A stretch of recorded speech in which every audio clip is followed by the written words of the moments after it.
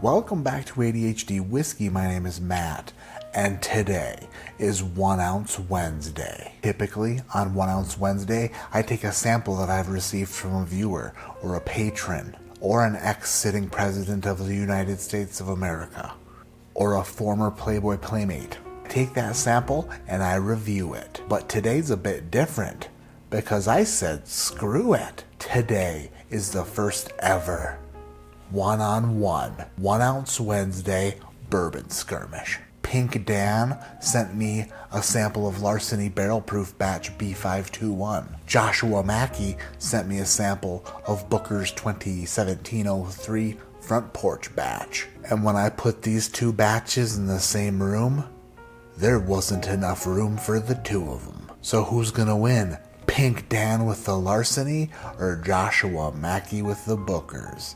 Let's find out, you friggin' hookers. Joshua Mackey's 2017-03 Booker's Front Porch batch, America, is going in glass A. Probably more than an ounce. Probably more than an ounce. Pink Dan's America Larceny Barrel Proof Batch B521 will go in glass B. And now we spin.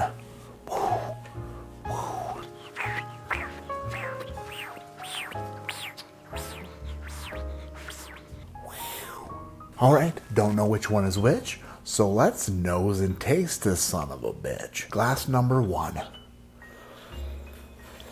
Sweet Cracker Jacks. It's a Cracker Jack sweet nut combo. Oh, faux show.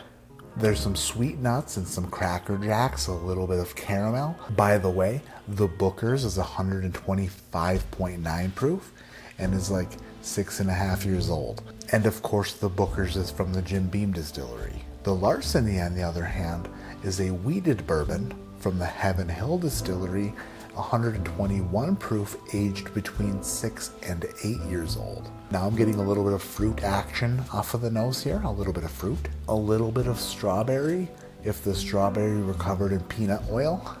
Now let's nose glass number 2 to find out which 1 Ounce Wednesday sample smells better to me, and maybe to you. I don't know. Sample 2. Ooh. What the heck? Sample 2 is what some OBGYNs would call similar. Also sweet, also a bit nutty, kind of smells like a payday candy bar. Maybe slightly less ethanol coming off the nose of glass 2, but instead of the ethanol, it's replaced by a little bit of a must. A little bit of a must. Kind of like you go down to the swamp on a summer day with a bottle of either Booker's or Larceny Barrel Proof in your hand, and you just sit there like this. And you smell the whiskey and then the swamp.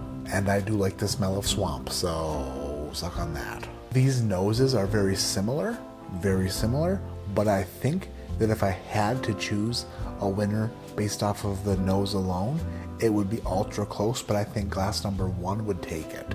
Glass number 1 is just slightly more enjoyable, a little bit sweeter, without the mustiness of an unshowered man. Let's taste glass 1 and have some fun. Down the hatch.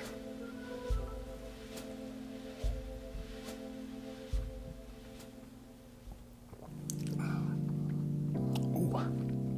Zousers. Wow. Glen Rice that stings like a hornet. The palate and the nose are like Siamese twins who get along pretty good. Until of course they don't. In which case, bad news bears.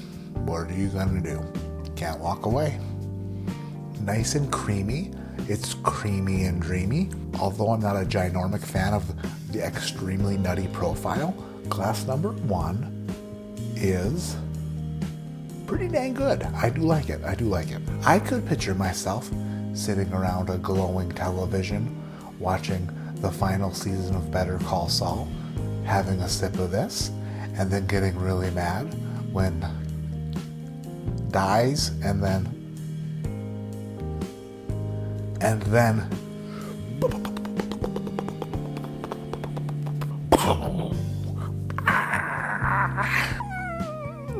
yeah, bitch! Better Call Saul. Spoiler alert, all of that happened. I do enjoy Glass 1. It's not like a grand slam or even a 2-run homer, but it is good and I do like it. I think Glass 2 could benefit from a little bit of an SJ. We're just gonna massage this bourbon whiskey in short, small circles until all of the bourbon inside the glass is so relaxed.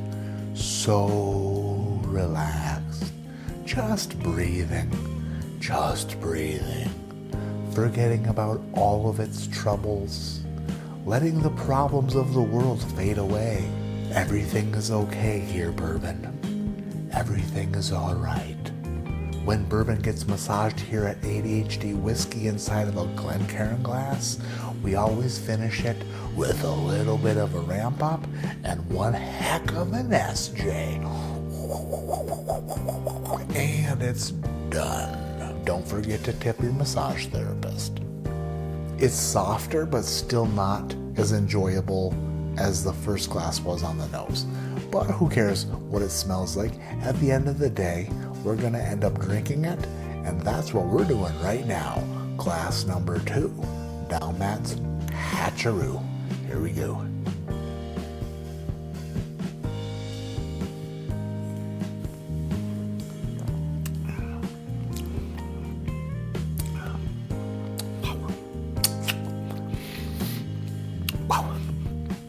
Wow.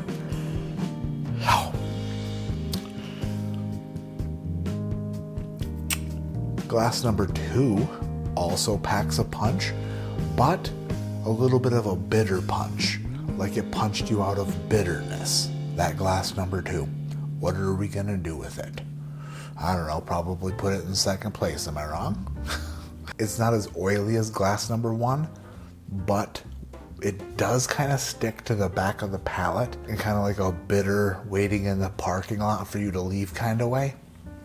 And it's just there, causing some problems. I'm not enjoying the finish on this all that much. Weirdly enough, it's kind of like a bitter oak sitting on the back of my tongue. That's a lingering wood. I'm not a judge or a jury, but I would say this is an open and shut case, and we have come to a verdict in this first 1 Ounce Wednesday bourbon skirmish. Did I enjoy glass number 2? Yeah, kinda.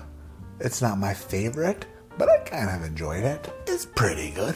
I would say the glass number 2 would receive a score from me today of 6.9er. Let's do a 6.9. Glass number 1 is enjoyable up front, and on the finish, the mid palate does like a sour swerve of nuttiness and weirdness, but it's not bad. Like I said, I could picture myself sitting around a ginormous curved LED television and warming my hands by it while I sip this for an evening. I would say that glass number 1 receives a score of 7.6. It's a 7.6. It's good to very good, not great. It's a 7.6. Glass number 1 winning this bourbon skirmish by first round omoplata. Hey, the Booker's 2017-03 Front Porch batch just batch slapped Larceny Barrel Proof batch B521. I thought that this bourbon skirmish on 1 Ounce Wednesday would be fun. I've got a bunch of samples here for 1 Ounce Wednesday, and I saw the Booker's and I was like, I should do that. And then I saw the Larceny and I was like, I should do that. And then I was like, you know what I should do? Both of them together, like a menage mat, if you know what I mean.